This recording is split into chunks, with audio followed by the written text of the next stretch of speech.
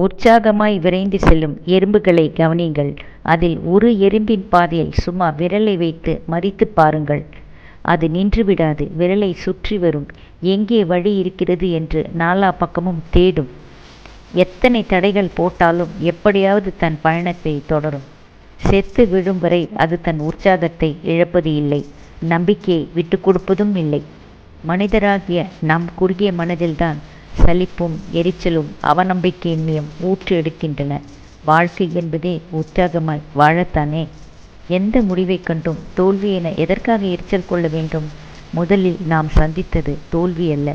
அதை நினைத்து உற்சாகமின்றி வேதனையும் எரிச்சலுமாக வெற்றிக்காக பாடுபடுகிறோமே, அதுதான் நம்மை நாமே தோற்கடித்து கொள்ள வழிவகுக்கும். நம் நோக்கத்தில் தெளிவும் மனதில் அமைதியும் கொண்டு செயல்பட்டால் வெற்றி நிச்சயம்.